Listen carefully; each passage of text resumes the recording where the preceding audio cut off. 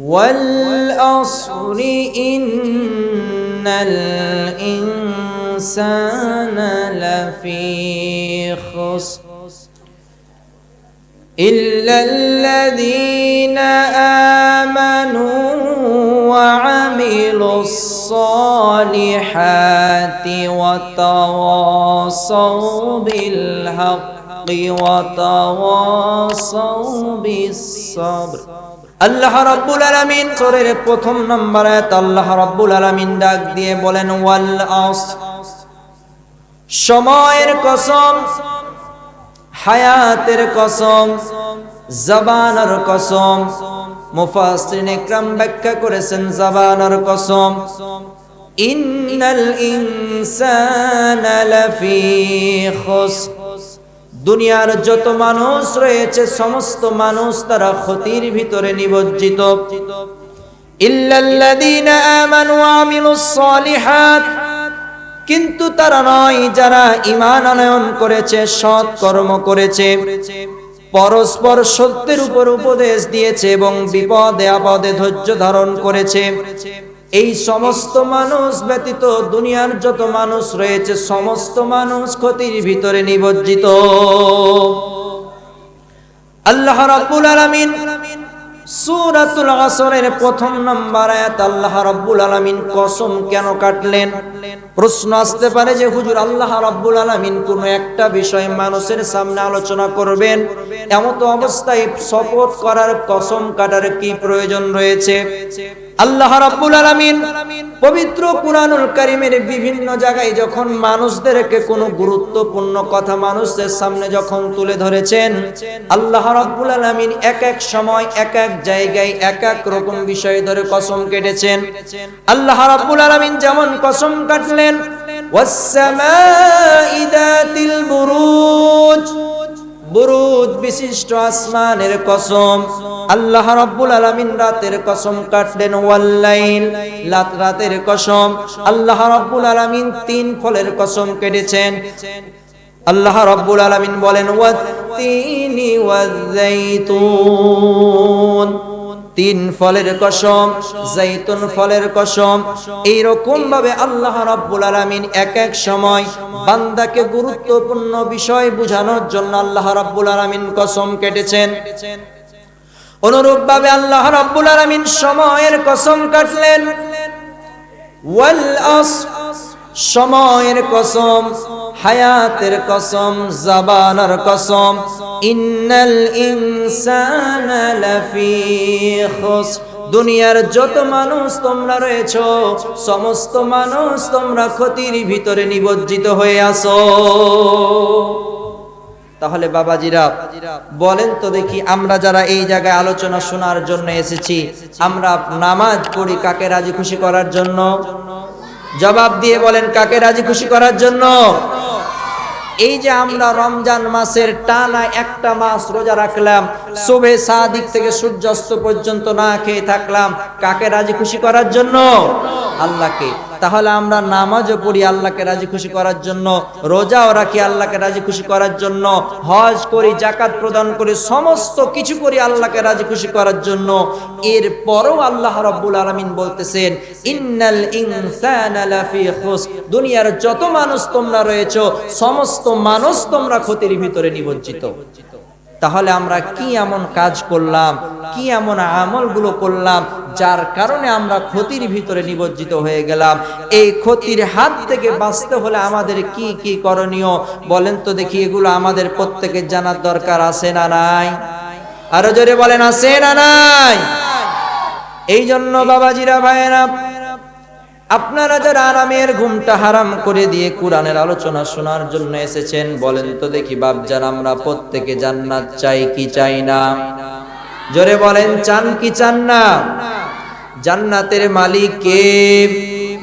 জোরে বলতে হবে, জান্নাতের মালিক কে? জান্নাত দিবেন কে? জান্নাতে যাবে কারা? জান্নাতে যাবে কারা? আল্লাহর প্রিয় গোলামেরা। তাহলে আমরা প্রত্যেকে জান্নাত চাই তো ইনশাআল্লাহ নাকি? কারা কারা জান্নাত চান একটু হাত উঁচু করে আল্লাহকে দেখান তো দেখি। লিল্লাহি তাকবীর। হাত নামান।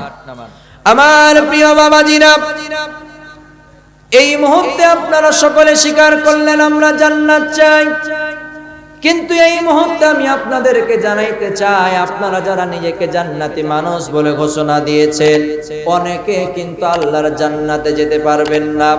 এখন কারা কারা জান্নাতি মানুষ হবেন আর কারা কারা জাহান্নামী মানুষ হবেন চেহারা দেখে বলা সম্ভব নয়, কিন্তু পবিত্র কুরআনুল কারীম আল্লাহ রাব্বুল আলামিন এমন একটা কিতাব নাজিল করেছেন, এই কুরআনুল কারীমের দিকে যদি আমরা তাকাই, কুরআনের দিকে যদি আমরা আমাদের জীবন আদর্শটা আমরা ফলো করি, কুরআনই আপনাকে সাথে সাথে জবাব দিয়ে দিবে আপনি জান্নাতি না আপনি জাহান্নামী।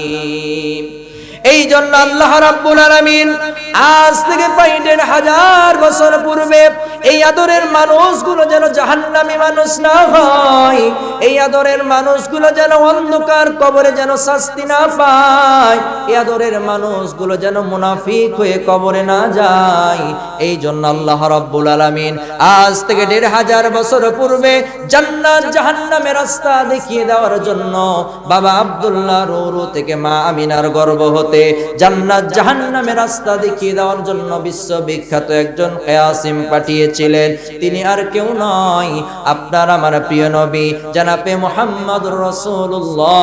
সকলে বলেন সাল্লাল্লাহু আলাইহি ওয়াসাল্লাম।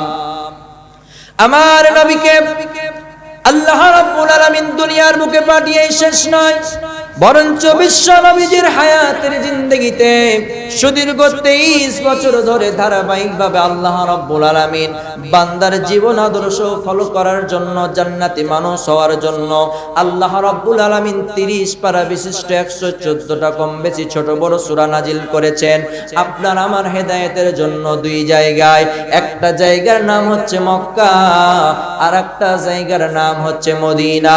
আমার নবীজি যখন মক্কায় অবস্থান করেছে, মক্কা অবস্থানকৃত নাজিলকৃত কোরআনের সূরাগুলোকে মাক্কি সূরা বলে। আমার নবীজি যখন মদিনায় অবস্থান করেছে, মদিনায় নাজিলকৃত সূরাগুলোকে মাদানী সূরা বলে। আমার নবীজি যখন মক্কাতুল মুকাররমে অবস্থান করে, ইসলামের প্রথম যুগে আল্লাহ রাব্বুল আলামিন আপনার আমার কল্যাণের জন্য এই সূরা আসরটা আল্লাহ রাব্বুল আলামিন নাজিল করে দিয়েছেন মক্কায়। কিন্তু কেন নাজিল করলেন, কারণটা কি? ছোট্ট একটি সূরা, মাত্র ৩টা আয়াত, ২ লাইনের সূরা, ৩০ পারায় অবস্থিত। ধারাবাহিক দিক দিয়ে এই সূরার ধারাবাহিক নাম্বার হচ্ছে ১০৩। এই সূরার মধ্যে আয়াত রয়েছে ৩টা, রুকু রয়েছে ১টা, শব্দ রয়েছে ১৪টা, আর অক্ষর রয়েছে ৬৮টা। ছোট্ট সূরা, মাত্র ২ লাইনের। কেন নাজিল করলেন, কোন কারণে নাজিল করলেন? আসুন শানে নজুলের দিকে চলে যাই। বিশ্ববিখ্যাত একজন বড় আলেম ছিলেন এক সময়ের, এই উপমহাদেশের জগৎ বিখ্যাত আলেম ইমাম শাফিঈ রাহমাতুল্লাহ আলাইহি। ইমাম শাফিঈ রাহমাতুল্লাহ আলাইহি একদিন তার ইবাদতখানায় রয়েছেন। একজন মুরিদ, একজন মুসল্লি ইমাম শাফিঈ রাহমাতুল্লাহ আলাইহির কাছে এসে জিজ্ঞাসা করলেন, হুজুর, আল্লাহ রাব্বুল আলামিন পবিত্র কুরআনুল কারীম নাজিল করেছেন, ৩০ পারা বিভক্ত করেছেন, কিন্তু আল্লাহ রাব্বুল আলামিন পবিত্র কুরআনুল কারীমের শুরুর দিকে বড় বড় সূরাগুলো নাজিল করেছেন, সূরাতুল বাকারা, সূরা আলী ইমরান, সূরা আত-তাওবা, যারা একাই এক পারা আড়াই পারা দখল করে বসে আছে। কিন্তু গো হুজুর, আল্লাহ রাব্বুল আলামিন কুরআনুল কারীমের ৩০ পারার ভিতরে ছোট ছোট অসংখ্য সূরা নাজিল করেছেন, যেই সূরাগুলো আমাদের মুখস্থ করতে অনেক সমস্যা হয়। ৩০ পারার ভিতরে আল্লাহ রাব্বুল আলামিন অনেক ছোট ছোট সূরা নাজিল করেছেন, যেমন সূরা নাবা, সূরা নাস, সূরা ফালাক, সূরা আসর, এই রকম অসংখ্য অগণিত সূরা নাজিল করেছেন এই ৩০ পারার ভিতরে ছোট ছোট। ইমাম শাফিঈ রাহমাতুল্লাহ আলাইহিকে জিজ্ঞাসা করলেন, হুজুর, আল্লাহ রাব্বুল আলামিন সূরাতুল বাকারা যেমন বিশাল বড় একটা পারার ভিতর অন্তর্ভুক্ত করেছেন, আল্লাহ রাব্বুল আলামিন তো চাইলে ৩০ পারাকে একটা পারায় অন্তর্ভুক্ত করতে পারতেন, একটা সূরা পুরা বানিয়ে দিতে পারতেন, কিন্তু আল্লাহ রাব্বুল আলামিন কোন কারণে ৩০ পারার ভিতরে এত ছোট ছোট সূরা নাজিল করেছেন? কারণটা কি, ব্যাখ্যাটাকে একটু জানতে চাই। ইমাম শাফিঈ রাহমাতুল্লাহ আলাইহি জবাব দিয়ে ডাক দিয়ে বলেন, ও আমার এলাকার মানুষেরা শোনো গো, আল্লাহ রাব্বুল আলামিন আমাকে ইলম বলতে তেমন কোন ইলম দান করেন নাই, তবে আমি আমার ছোট্ট এই শিক্ষা জীবন আমি যেই ব্যাখ্যাটা খুঁজে পেয়েছি, আমি গবেষণা করে করে যেই বিষয়টা আমি লক্ষ্য করেছি, আল্লাহ রাব্বুল আলামিন পবিত্র কুরআনুল কারীমের শুরুর দিকে বড় বড় সূরা নাজিল করেছেন, শেষের দিকে ছোট ছোট সূরা নাজিল করেছেন, কিন্তু আল্লাহ রাব্বুল আলামিন পবিত্র কুরআনুল কারীমের ভিতরে 113টা ছোট বড় সূরা যদি নাজিল না করত, পবিত্র কুরআনুল কারীমের 30 পারায় অবস্থিত ছোট্ট একটা সূরা সূরাতুল আসর যদি আল্লাহ রাব্বুল আলামিন নাজিল করত, আর এই সূরা আসরের প্রতি যদি গোটা জাতির মানুষরা আমল করত, একটা মানুষ জান্নাতি মানুষ হওয়ার জন্য, জাহান্নাম থেকে বাঁচার জন্য, জান্নাতি মানুষ হওয়ার জন্য এই সূরা আসরটাই বান্দার জন্য যথেষ্ট হয়ে যাইত। চিৎকার দিয়ে বলেন সুবহানাল্লাহ।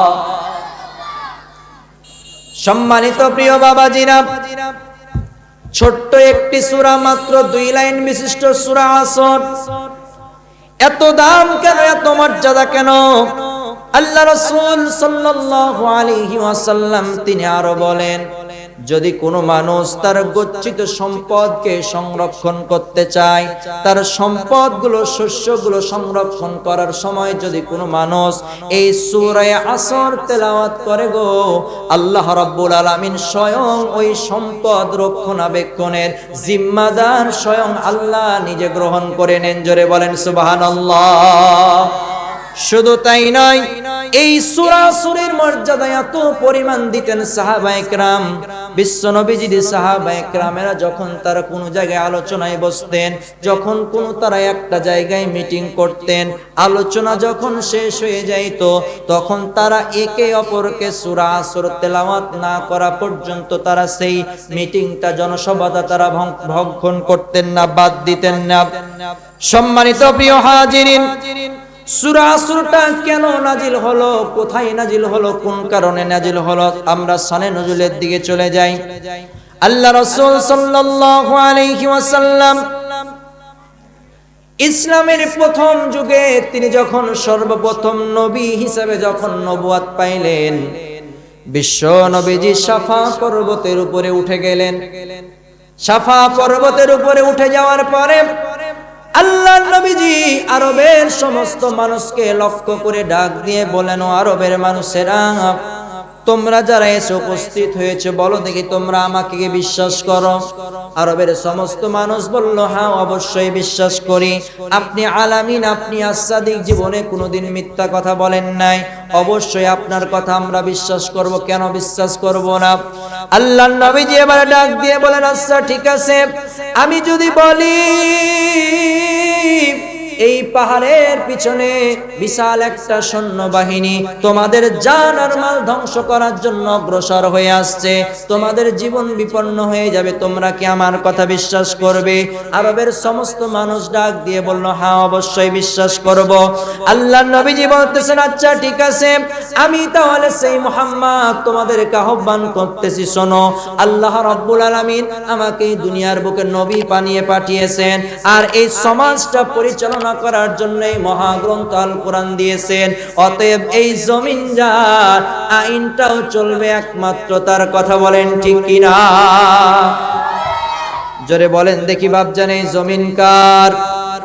আরো জোরে আওয়াজ দিয়ে বলেন, জমিন কার? আসমান কার?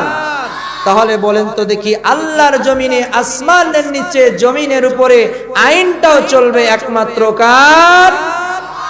আল্লাহ। আল্লাহ নবীজি যখন কালিমার দাওয়াত দিলেন, দাওয়াত গ্রহণ করলো না, বরঞ্চ আল্লাহ নবীজিকে তারা অপবাদ দিল যে মুহাম্মদ পাগল হয়ে গেছে, এর মাথা খারাপ হয়ে গেছে। বিশ্ব নবীজি ফিরে আসলেন। আল্লাহ রাসূল সাল্লাল্লাহু আলাইহি ওয়াসাল্লাম নবুয়ত পাওয়ার পরে সর্বপ্রথম বাসার ভিতরে চলে গেলেন। কলিজার টুকরা প্রাণপ্রিয় স্ত্রী মা খাদিজাতুল কুবরা রাদিয়াল্লাহু তাআলা আনহার কাছে চলে গেলেন। বিশ্ব নবীজি খাদিজার কাছে যাওয়ার পরে ডাক দিয়ে বলেন, খাদিজা রে, এতদিন পর্যন্ত তোমার সঙ্গে আমার সাংসারিক জীবনের সম্পর্ক, এ খাদিজা এতদিন পর্যন্ত আমি তোমাকে যেই কথাটি বলি নাই, আজকে আমি তোমাকে সেই কথাটি বলতে চাই। মা খাদিজাতুল কুবরা রাদিয়াল্লাহু তাআলা আনহা বলেন, কি বলবেন বলেন। মা খাদিজাতুল কুবরাকে বিশ্ব নবীজি ডাক দিয়ে বলেন, খাদিজা রে, এই জীবন আসল জীবন নয়, মৃত্যুর পরে আরেকটা জীবন আছে, যেই জীবন আমাদেরকে অনন্তকাল, অনন্ত সময়, চিরজীবন আমাদেরকে বসবাস করতে হবে। এরে খাদিজা, তাই আল্লাহ রাব্বুল আলামিন আমাকে এই দুনিয়ার বুকে নবী বানিয়ে পাঠিয়েছেন, আর এই সমাজটা পরিচালনা করার জন্য মহাগ্রন্থ আল কোরআন দিয়ে পাঠিয়েছেন। অতএব খাদিজা, ওই জীবনে যদি আমাদেরকে বাঁচতে হয়, ওই জীবনে যদি সফলতা অর্জন করতে হয়, যদি ক্ষতির হাত থেকে যদি আমাদেরকে বাঁচাইতে হয়, আজ থেকে ওয়াদাবদ্ধ হতে হবে। আর ওই বাপ দাদার ধর্মের উপর অটল থাকা যাবে না, আর মূর্তি পূজা করা যাবে না। মানব রচিত দুনিয়ার বুকে যত দল মত, যত সম্প্রদায় রয়েছে, সমস্ত জাতির মুখের উপরে লাথি মেরে এক আল্লাহর প্রতি ঈমান আনতে হবে, কালিমা পড়ে মুসলমান হয়ে যাইতে হবে, আমি নবী আমাকে মানতে হবে। ওরে খাদিজা, বলো দেখি এই ব্যাপারে তোমার বক্তব্য কি, তোমার মন্তব্য কি? মা খাদিজাতুল কুবরা রাদিয়াল্লাহু তাআলা আনহা ডাক দিয়ে বলেন, পারেন স্বামী, দীর্ঘদিন ধরে আপনার সঙ্গে আমার বৈবাহিক জীবনের সম্পর্ক, আমি আমার এই বিবাহিক জীবনে আমি বড় লক্ষ্য করে দেখেছি, আপনি জীবনে কোনোদিন একটা মিথ্যা কথা বলেন নাই, এই সাংসারিক জীবনে আমাকে কষ্ট দিয়ে কোনোদিন কথা বলেন নাই, একটাও মিথ্যা কথা বলেন নাই, কোনো মানুষকে কষ্ট দেন নাই। অবশ্যই আপনি যা বলতেছেন সত্য কথা বলতেছেন, মিথ্যা সম্পন্ন হওয়ার কোনো উপায় নাই। আজকে এখন থেকে আমি খাদিজা ওয়াদাবদ্ধ হয়ে গেলাম, আর ওই মূর্তির পূজা করব না, মানব রচিত দল মত এই পার্টির সঙ্গে আমার কোনো সম্পর্ক থাকবে না, আর আমি বিলম্ব করতে চাই না। আমি আপনাকে, আমাকে এই মুহূর্তে আপনি কালিমা পড়ে মুসলমান বানাইয়া দেন। মহিলাদের ভিতরে সর্বপ্রথম কালিমা পড়ে মুসলমান হয়ে গেলেন মা খাদিজাতুল কুবরা। তিনি কালিমা পড়ে মুসলমান হয়ে গেলেন। তিনি পাঠ করে নিলেন, লা ইলাহা ইল্লাল্লাহু মুহাম্মাদুর রাসূলুল্লাহ। সকলে পাঠ করি, লা ইলাহা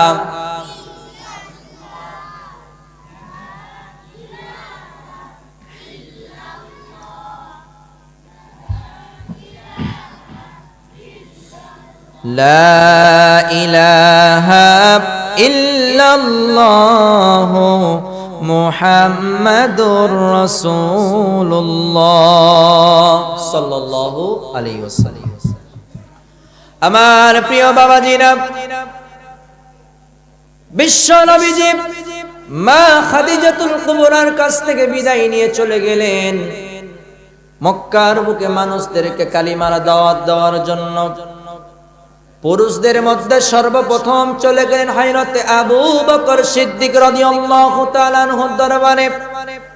হযরতে আবু বকর ছিলেন বিশ্ব নবীজির সেই ছোট্টবেলার বন্ধু। কাপড়ের ব্যবসায়ীর সঙ্গে দীর্ঘদিনের সম্পর্ক ছিল হযরতে আবু বকরের সঙ্গে।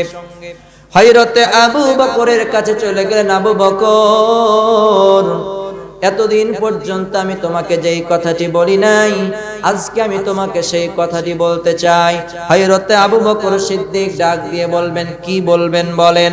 আল্লাহর নবীজি ডাক দিয়ে বলেন, আবু বকর, আল্লাহ রাব্বুল আলামিন আমাকে এই দুনিয়ার বুকে নবী বানিয়ে পাঠিয়েছেন, আর এই সমাজটা পরিচালনা করার জন্য মহাগ্রন্থ আল কোরআন দিয়ে পাঠিয়েছেন। এরে আবু বকর, এই জীবন আসল জীবন নয়, মৃত্যুর পরে আর একটা জীবন আছে, যেই জীবন আমাদের অনন্তকাল, অনন্ত সময়, চিরজীবন আমাদেরকে বসবাস করতে হবে। এরে আবু বকর, ওই ক্ষতির হাত থেকে যদি আমাদেরকে বাঁচতে হয়, তাহলে এক আল্লাহর প্রতি ঈমান আনতে হবে, আর ওই মূর্তির পূজা করা যাবে না, বাপদাদার ধর্মের সঙ্গে আর থাকা যাবে না, এক আল্লাহর প্রতি ঈমান আনতে হবে, আমি নবী আমাকে নবী বলে স্বীকার করতে হবে। এরে আবু বকর, বলো দেখি এ ব্যাপারে তোমার মন্তব্য কি, বক্তব্যটা কি? হযরতে আবু বকর সিদ্দিক রাদিয়াল্লাহু তাআলা আনহু দ্বিতীয় কোনো প্রশ্ন করলেন না, দ্বিতীয়বার জিজ্ঞাসা করলেন না কেন আপনাকে আমি নবী হিসাবে মানব, কেন বা কালিমা পড়ে মুসলমান হব। হযরত আবু বকর কোনো প্রশ্ন করলেন না, ডাক দিয়ে বলেন বন্ধু গো, দীর্ঘদিন ধরে আপনার সঙ্গে আমার ব্যবসায়িক দিক দিয়ে সম্পর্ক, আমার ব্যবসায়িক লেনদেন থেকে আমি বড় লক্ষ্য করে দেখেছি আপনি জীবনে কোনোদিন একটা মিথ্যা কথা বলেন নাই, ওজনে কম দেন নাই, ব্যবসায়িক দিক থেকে টাকা পয়সার কোনো ঝামেলা হয় নাই। অবশ্যই অবশ্যই আপনি যা বলতেছেন আপনি সত্য কথা বলতেছেন, আর আমি বিলম্ব করতে চাই না, আপনি আমাকেও কালিমা পড়ে মুসলমান বানায়া দেন। পুরুষদের মধ্যে সর্বপ্রথম হযরত আবু বকর কালিমা পড়ে মুসলমান হয়ে গেলেন। তিনি পাঠ করে নিলেন লা ইলাহা মুহাম্মাদুর রাসূলুল্লাহ সাল্লাল্লাহু আলাইহি ওয়াসাল্লাম। হযরত আবু বকর কালিমা পড়ে মুসলমান হয়ে গেলেন। হযরত আবু বকর কালিমা পড়ে ক্ষান্ত হলেন না। বিশ্ব নবীজির সঙ্গে হযরত আবু বকর এখন কালিমার দাওয়াত দেওয়ার জন্য বিশ্ব নবীজির সঙ্গে রওনা হয়ে গেল। মক্কার অলিতে গলিতে বিশ্ব নবীজির সঙ্গে হযরত আবু বকরের সঙ্গে বিশ্ব নবীজি যায়। হযরত আবু বকরের দোকান বন্ধ, কাপড়ের বিশাল বড় দোকান ছিল। বিভিন্ন জায়গায় থেকে হযরত আবু বকরের দোকানে আসতো মানুষজন, কাপড় কিনতো আবার চলে যাইতো। কিন্তু এখন হযরত আবু বকরের দোকান বন্ধ, কাস্টমারের আবু বকরের দরবারে আসে, আবার আবু বকরকে না পেয়ে দূরে চলে যায়। কাস্টমারদের মনে বড় আঘাত পায়। পাশের দোকানদারকে জিজ্ঞাসা করে আবু বকর কোথায় গেছে। পাশের দোকানদারেরা বলে যে আবু বকর তো পাগল হয়ে গেছে, আব্দুল্লাহর ছেলে মুহাম্মদ কি যেন একটা নতুন ধর্ম নিয়ে এসেছে, তার হাতে হাত দিয়ে কালিমা পড়ে মুসলমান হয়ে গেছে। আবু বকর তো বড় ধ্বংস হয়ে গেছে, আর্থিক দিক থেকে বড় ক্ষতিগ্রস্ত হয়ে গেছে আবু বকর। হযরতে আবু বকর সিদ্দিক রাদিয়াল্লাহু তাআলা আনহুর কাছের একজন বন্ধু ছিল, যার নাম হচ্ছে কুলহা বিন হুসাইন। এই কুলহা বিন হুসাইন যখন মক্কার বাজারে আসতো, অন্য কোনো দোকানে বসতো না, হযরতে আবু বকরের দোকানে এসে বসতো, গল্প করতো, সময় কাটাতো।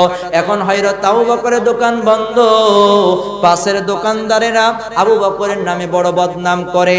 এই কুলহা বিন হুসাইনের মনে বড় কষ্ট পায়। তারা বলে আবু বকর ধ্বংস হয়ে গেছে, আবু বকর পাগল হয়ে গেছে, আবু বকর ক্ষতিগ্রস্ত হয়ে গেছে। তৃতীয় বন্ধুর নামে যখন মানুষ অপবাদ দেয়, এই কুলহা বিন হুসাইন মনে বড় কষ্ট পায়। বলেন তো দেখি, এই রকম কলিজার যদি কোনো বন্ধু আপনার থাকে, আর আপনার বন্ধুর নামে কোনো মানুষ যদি অপবাদ দেয়, গালি গালাজ করে, বলেন তো দেখি মনে কষ্ট লাগে কি লাগে না? কথা বলেন, লাগে কি লাগে না? এই রকম কলিজার বন্ধু ছিল হযরত আবু বকরের কুলহা বিন হুসাইন। এই ছেলে, কথা বলছো কেন? মক্কার বাজারে যখন আসতেন অন্য কোনো দোকানে বসতেন না, এই আবু বকরের দোকানে বসতেন। আমাদের সমাজেও অনেক মানুষ আছে, বাজারে দেখবেন অনেক দোকান আছে, কিন্তু অন্য কোনো দোকানে বসে না, ওই একই চায়ের দোকানে বসে, চা খায়, গল্প করে, সময় পার করে চলে যায়। বলেন দেখি এই রকম মানুষ আমাদের সমাজের মধ্যে আছে না নাই? আছে। তো এইরকম হযরতে আবু বকরের কুলহা বিন হুসাইন আদরের বন্ধু ছিল, দোকানে এসে আর পাই না।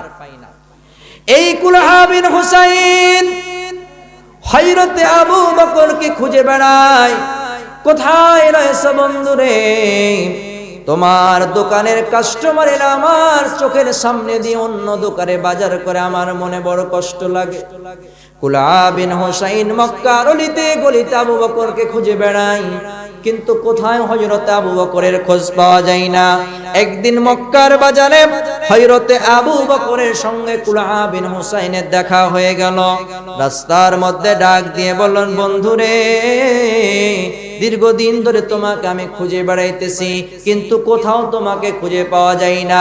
এরে আবু বকর, এই মক্কার বাজারে তোমার অনেক বড় নাম ছিল, দাম ছিল, সুনাম ছিল, তোমার বিশাল বড় কাপড়ের বড় ব্যবসায়ী ছিল, তোমার দোকান থেকে হাজার হাজার মানুষ কাপড় নিয়ে ব্যবসা করে, তোমার বড় নাম ছিল।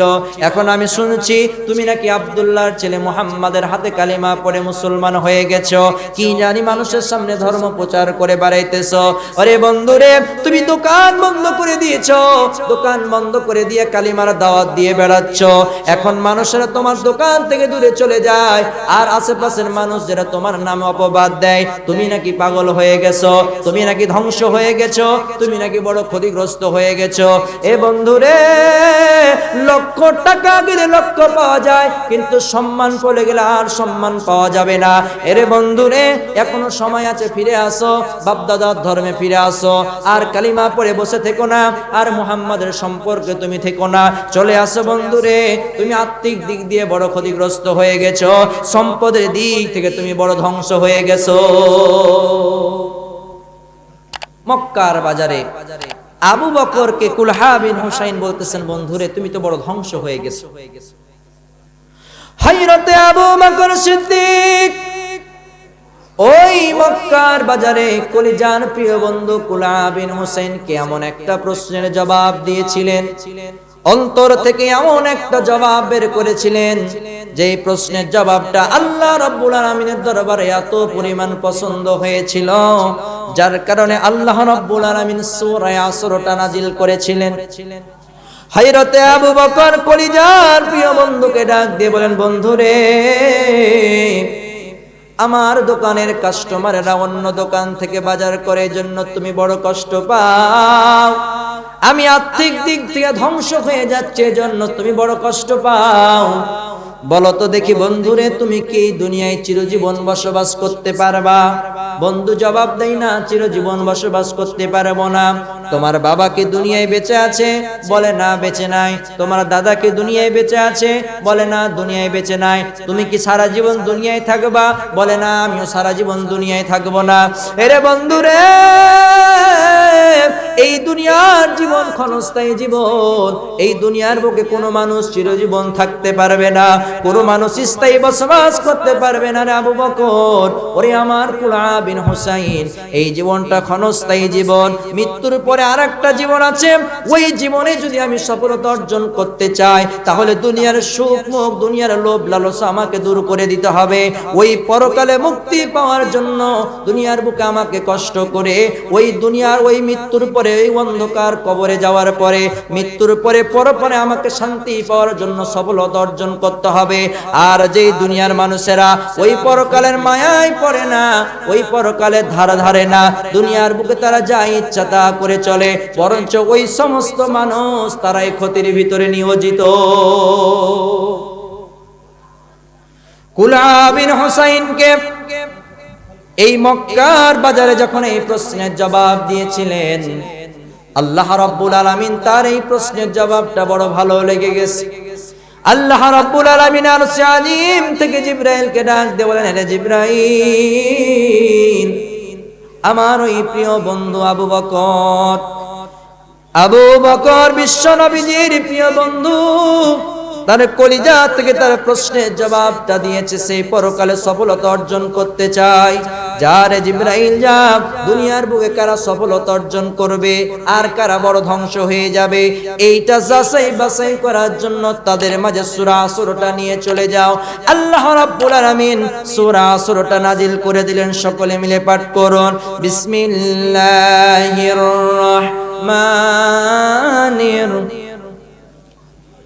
والعصر إن الإنسان لفي خسر إلا الذين آمنوا وعملوا الصالحات وتواصوا بالحق وتواصوا بالصبر। আল্লাহ রাব্বুল আলামিন ডাক দিয়ে বলেন, ওয়াল আসর, সময়ের কসম, হায়াতের কসম, জাবানের কসম, ইন্নাল ইনসানা লাফি খুসর, দুনিয়ার যত মানুষ তোমরা রয়েছো, সমস্ত মানুষ তোমরা ক্ষতির ভিতরে নিয়োজিত রয়েছো।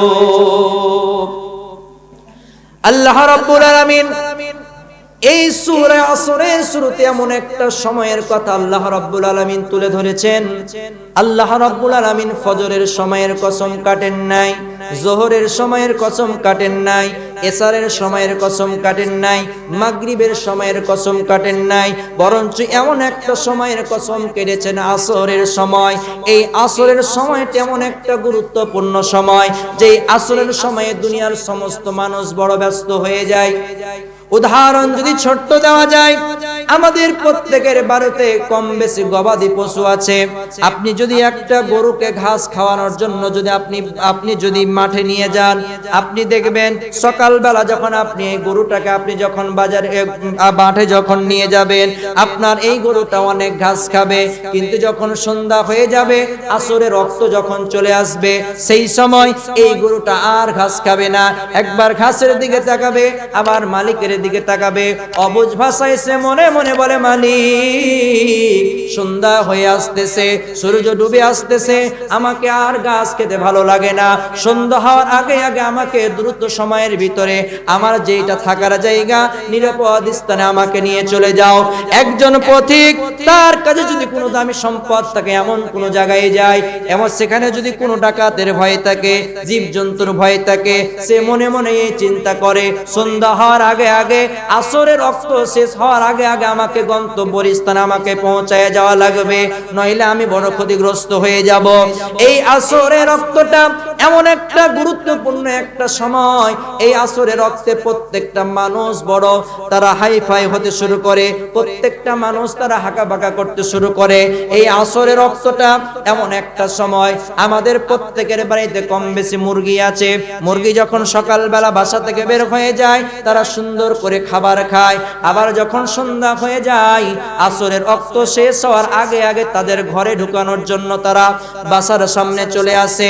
মনে মনে বলে, আমাদের আর খাবার খাইতে ভালো লাগে না, সন্ধ্যা হয়ে গেছে, সন্ধ্যা হওয়ার আগে আগে আমাদের নিরাপদ এই বাসস্থানটা বড় খুলে দাও। ও বাবাজিরা, ভাইরা, এই আসরের রক্তটা এত গুরুত্বপূর্ণ একটা সময়। যদি আপনাদের কারো সুন্দরভাবে বোঝানোর জন্য বলি, আমাদের প্রত্যেকটা গ্রামে কম বেশি বাজার আছে না নাই বলেন তো দেখি? আমাদের যাদের বাজার আছে, বাজারটা হয় মূলত দুই ধরনের।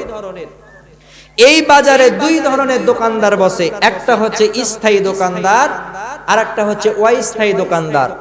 স্থায়ী যারা দোকানদার, তারা প্রতিদিন সকালবেলা দোকান খুলে আবার যখন সন্ধ্যা হয়ে যায় দরজা বন্ধ করে যায়, বাসায় চলে যায়। আর অস্থায়ী কিছু দোকানদার আছে, তারা দূর দূরান্ত থেকে তারা মাল নিয়ে বাজারে আসে, কিছু টাকা খাজনার বিনিময়ে ব্যবসা করে আবার চলে যায়। এই যে দোকানদার, অস্থায়ী দোকানদার গুলো আছে, তাদের কাছে যদি আপনি কোনো কিছু কেনার জন্য যান, আপনি সকালবেলা গিয়ে জিজ্ঞাসা করবেন যে, ভাই আপনার এই বেগুনের দাম কত? বলবে যে 30 টাকা, কম বেশি করবে না। কিন্তু ওই একই দোকানদারের কাছে যদি আপনি সন্ধ্যার আগ মুহূর্তে যান, আসরের রক্ত যখন হয়, এই সন্ধ্যার সময় যদি আপনি যান, এই দোকানদার আর 30 টাকা দাম ধরে বসে থাকে না। সে দ্রুত সম্ভব লস করে হলেও তার মালগুলো সমস্ত বিক্রি করে বাসায় যাওয়ার জন্য তাড়াহুড়ো শুরু করে দেয়। কথা বলেন ঠিক কিনা? এইটা হচ্ছে অস্থায়ী দোকানদারের ঠিকানা। এই রকম ভাবে আল্লাহ রাব্বুল আলামিন এই আসরের সময়টার কসম কেটে বলেছেন, বান্দারে, ওয়ালাস, সময়ের কসম, হায়াতের কসম, ইন্নাল ইনসানা লাফি খুসর, দুনিয়ার যত মানুষ তোমরা রয়েছো, সমস্ত মানুষ তোমরা ক্ষতির ভিতরে নিমজ্জিত রয়েছো। উপমহাদেশের জগৎ বিখ্যাত একজন আলেম ইমাম রাজি রাহমাতুল্লাহ আলাইহি সূরা আসর নিয়ে তিনি যখন গবেষণা করতেছিলেন, তাফসীর যখন তিনি পড়তেছিলেন, তিনি মনে মনে চিন্তা করতেছেন, আল্লাহ রাব্বুল আলামিন অনেকগুলো সময় রয়েছে, কিন্তু কোন সময়ের কসম না কেটে আল্লাহ রাব্বুল আলামিন কেন এই আসর নামক এই সময়টার কসম কাটলেন? উত্তর তিনি কোথাও খুঁজে পাওয়া যায় না। একদিন তিনি বসরার বাজারে বসে রয়েছেন, এমন মুহূর্তে এই বসরার বাজারে একজন আইসক্রিম ওয়ালা একজন বরেব বিক্রেতা এই বাজারের ভিতরে প্রবেশ করেছে। এমন মুহূর্তে আইসক্রিম বিক্রেতা চিৎকার করতে শুরু করেছে, কে কোথায় আছো গো? আমি বড় ধ্বংস হয়ে গেলাম, আমি বড় ক্ষতিগ্রস্ত হয়ে গেলাম, আমি বড় ধ্বংস হয়ে যাচ্ছি, কে কোথায় আছো? দ্রুত সময়ের ভিতরে আমার বরফগুলো ক্রয় করে আমাকে ধ্বংসের হাত থেকে তোমরা আমাকে বাঁচাও। ইমাম রাজি রহমাতুল্লাহ আলাইহি এই আইসক্রিম বিক্রেতার কাছে চলে গেলেন, জিজ্ঞাসা করলেন, বাবাজি গো, কেন তুমি চিৎকার মারতেছো? কেন তুমি ক্ষতিগ্রস্ত হয়ে গেলা? তোমার সমস্যাটা কি?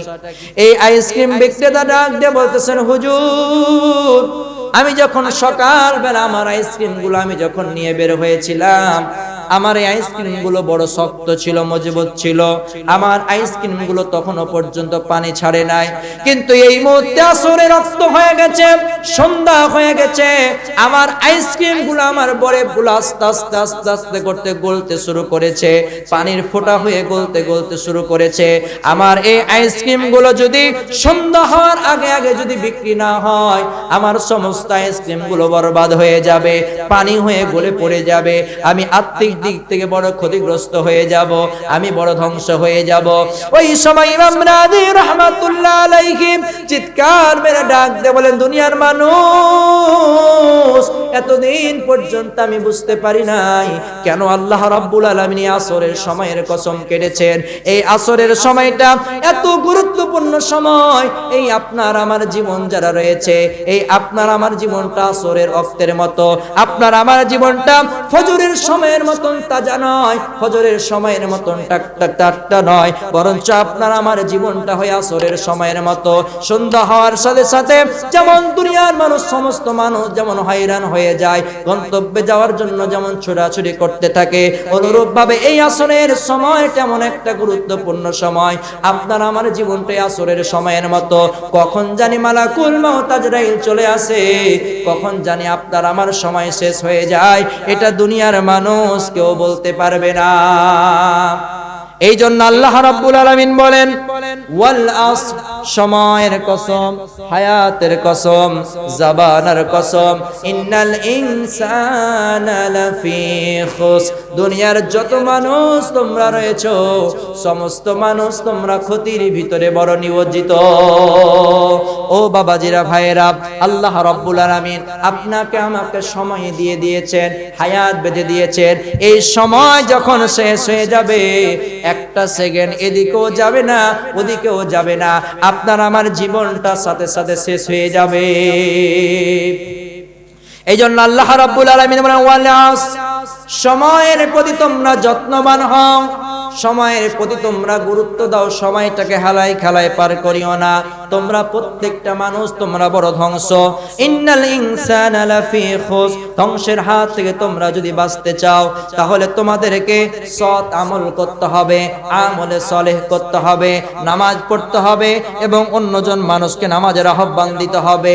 যে কোনো বিপদ আপদে যখন তুমি পড়বা, সমস্ত বিপদ আপদে তোমাকে এক আল্লাহর প্রতি ধৈর্য ধারণ করা লাগবে।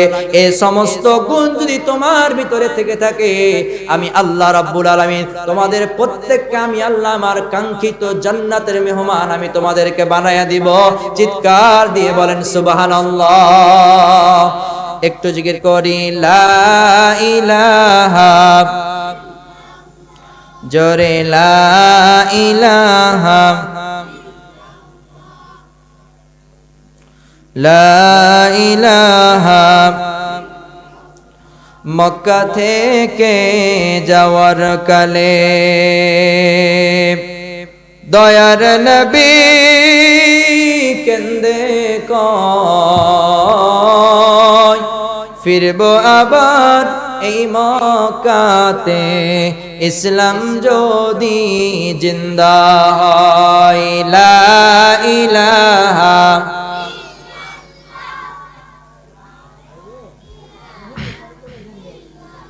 লা ইলাহা ইল্লাল্লাহু মুহাম্মাদুর রাসূলুল্লাহ সাল্লাল্লাহু আলাইহি ওয়াসাল্লাম।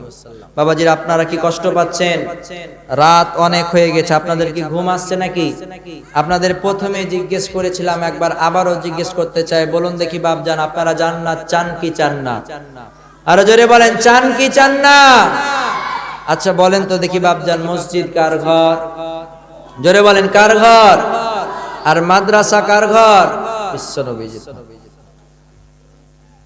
বিশ্বনবীজি বলেন আল মাদ্রাসাতু বাইতি, মাদ্রাসা হচ্ছে বিশ্বনবীজির ঘর, বাইতুল্লাহ হচ্ছে আল্লাহর ঘর। যেই ব্যক্তি মাদ্রাসাকে ভালোবাসবে ওই ব্যক্তি যেন স্বয়ং বিশ্বনবীকে ভালোবাসবে, আর যেই ব্যক্তি আল্লাহ রাব্বুল আলামিনকে ভালোবাসবে ওই ব্যক্তি যেন স্বয়ং আল্লাহ রাব্বুল আলামিনকে ভালোবাসবে, মসজিদকে ভালোবাসবে। একটা গেল বিশ্বনবীজির ঘর, আর একটা গেল আল্লাহর ঘর। এই দুইটা ঘর ব্যতীত আপনার আমার জন্য আরেকটা ঘর বরাদ্দ আছে, যে ঘরে আপনাকে আমাকে আজ হোক কাল হোক যাওয়াই লাগবে। বলেন তো দেখি ওই ঘরটার নাম কি? কবর। জোরে বলেন ঘরের নাম কি? এজন্য কবি কত সুন্দর করে বলেন, কবর তোমায় ডাকছে রে ভাই, আইসো আমার কোলে,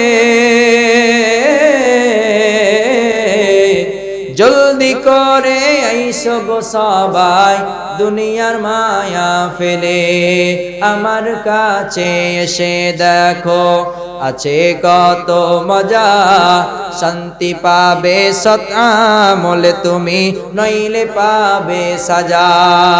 ওই অন্ধকার কবর এমন একটা কবর, যেই কবরের ভিতরে আলো নাই, বাতাস নাই, জানালা নাই, দরজা নাই। এই শীতের রাত্রিতে আমরা যদি একটা কম্বল ব্যবহার না করি আমাদের ঘুম আসে না, কিন্তু এই 3.5 হাত মাটির তল, ওই অন্ধকার খবরে একটা চাদর দেওয়া হবে না, একটা লেপ দেওয়া হবে না, একটা বালিশের ব্যবস্থা করা হবে না। ওই অন্ধকার কবরে যদি আপনাকে আমাকে যদি শান্তিতে থাকতে হয়, তাহলে আপনাকে আমাকে দুনিয়ার বুকে ভালো কাজ করতে হবে, দানগুলো বেশি করে করা লাগবে।